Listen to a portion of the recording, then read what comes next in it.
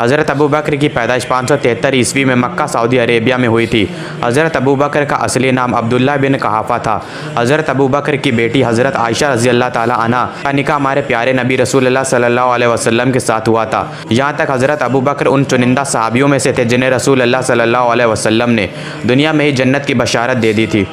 दोस्तों, हज़रत अबू बकर कोई बहुत अमीर सहाबी नहीं थे, लेकिन इसके बावजूद हज़रत अबू बकर ने हज़रत बिलाल को आज़ाद करवाया, अबू फ़की को ख़रीदा और आज़ाद कर दिया। 6 गुलाम हैं और कनीज़ें हैं जो रसूलुल्लाह सल्लल्लाहु अलैहि वसल्लम पर ईमान लाए, और ये वो हैं जिन्हें हज़रत अबू बकर ने आज़ाद करवाया।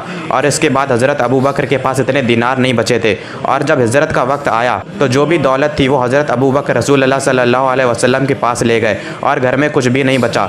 जबकि हज़रत कहाफ़ा, जो कि हज़रत अबू बकर के वालिद हैं, जो नाबीना हैं और वो अब तक ईमान नहीं लाए थे, घर में हज़रत अबू बकर की बेटियां हैं और कुछ नहीं बचा है घर में। ये सुनने के बाद हज़रत कहाफ़ा बड़े गुस्से में आए और अपनी पोतियों से पूछा कि हज़रत अबू बकर घर में कुछ छोड़ भी गए हैं या नहीं। और यह है कि हज़रत अबू बकर रत्ती बराबर भी दौलत नहीं छोड़ गए थे घर वालों के लिए। कहा कि मैं रसूलुल्लाह सल्लल्लाहु अलैहि वसल्लम के साथ जा रहा हूँ, किस वक्त क्या ज़रूरत पड़ जाए। और जब गज़वाए तबूक का वक्त आया तो ये वाक़या तो बहुत मशहूर है। हज़रत उमर फरमाते हैं कि इत्तेफाक से उस वक्त मेरे पास काफ़ी सारी दौलत मौजूद थी। हज़रत उमर ने सोचा कि इस बार मैं हज़रत अबू बकर से आगे निकल जाऊंगा। हज़रत उमर फरमाते हैं कि मेरे पास जितनी भी दौलत थी मैंने उसके 2 हिस्से कर दिए। एक हिस्सा मैंने अपने घर में रखा और एक हिस्सा रसूलुल्लाह सल्लल्लाहु अलैहि वसल्लम की खिदमत में पेश कर दिया। आकर रसूलुल्लाह सल्लल्लाहु अलैहि वसल्लम ने हज़रत उमर से पूछा कि ऐ उमर, घर वालों के लिए कुछ छोड़ा है? हज़रत उमर फरमाते हैं कि जी हाँ, मैंने आधी दौलत अपने घर वालों के लिए छोड़ी है। और हज़रत अबू बकर आए, हुजूर की खिदमत में दौलत पेश की। रसूलुल्लाह सल्लल्लाहु अलैहि वसल्लम फरमाते हैं कि हज़रत अबू बकर घर वालों के लिए क्या छोड़ा? तो हज़रत अबू बकर कहते हैं कि अल्लाह और उनके रसूल का नाम है। ये शान है हज़रत अबू बकर की। एक और वाक़या है, जब रसूलुल्लाह सल्लल्लाहु अलैहि वसल्लम ने इस दुनिया से पर्दा कर लिया तो मदीने के आसपास के लोग दीन इस्लाम से फिर गए। ऐसे में सहाबाओं की राय थी कि हज़रत उसामा के लश्कर को बुला लिया जाए, जिसे रसूलुल्लाह सल्लल्लाहु अलैहि वसल्लम ने कैसर और रोम के मुकाबले रवाना किया था।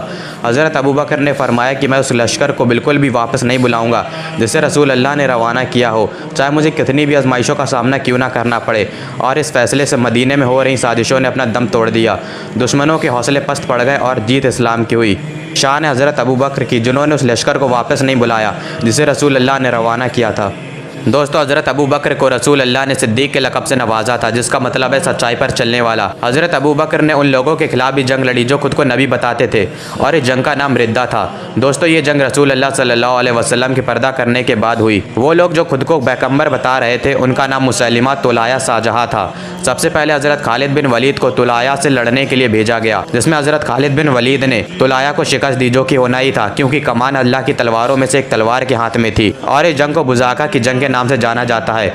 इसी दौर में यमामा की जंग भी लड़ी गई। इस जंग में तकरीबन 700 से ज़्यादा हाफिज शहीद हुए। हज़रत अबू बकर ने हज़रत इक्रिमा और हज़रत शुरहबील को मुसैलिमा से लड़ने के लिए भेजा, लेकिन वो नाकामयाब हुए, जिसके बाद हज़रत खालिद बिन वलीद को भेजा गया और हज़रत खालिद बिन वलीद ने मुसैलिमा को सन 633 ईस्वी में शिकस्त दी। दोस्तों, हज़रत अबू बकर की खिलाफत का दौर सन 632 ईस्वी से लेकर सन 634 ईस्वी तक रहा, यानी कि 11 से 13 हिजरी तक। दोस्तों, यहाँ तक कि हज़रत अबू बकर ने ईमान लाने से पहले कभी भी बुतों को सजदा नहीं किया था और ना ही कभी शराब को हाथ लगाया था। जब ईमान लाने से पहले हज़रत अबू बकर उस अरब में इस तरह से रहते थे, तो सोचिए ईमान लाने के बाद कैसे रहे होंगे। आप खुद ही अंदाज़ा लगा सकते हैं कि वो अरब जहाँ पर शराब पीना आम था, जहाँ पर बुतों को सजदा करना आम था, उस दौर में हज़रत अबू बकर ने यह काम करने से मना कर दिया। तो सोचें कि ईमान लाने के बाद हज़रत अबू बकर ने अपनी ज़िंदगी किस तरह से गुजारी होगी। तकरीबन 27 महीनों तक हज़रत अबू बकर ने खिलाफत की। हज़रत अबू बकर ने अपने दौरे खिलाफत में अरब में हो रही बगावतों को कुचल दिया और हज़रत खालिद बिन वलीद को मेसोपोटामिया भेजा ससानी सल्तनत पर अपनी जीत हासिल करने के लिए, और सीरिया भेजा बाज़ंतीन सल्तनत पर अपनी जीत हासिल करने के लिए, जिसके बाद ऐसी खिलाफत कायम हुई जो आज दुनिया की सबसे बड़ी सल्तनत में शुमार होती है, जिसे आप खिलाफत राशिदा के नाम से जानते हैं। उसके पहले खलीफा हज़रत अबू बकर रज़ी अल्लाह ताला अन्हु थे।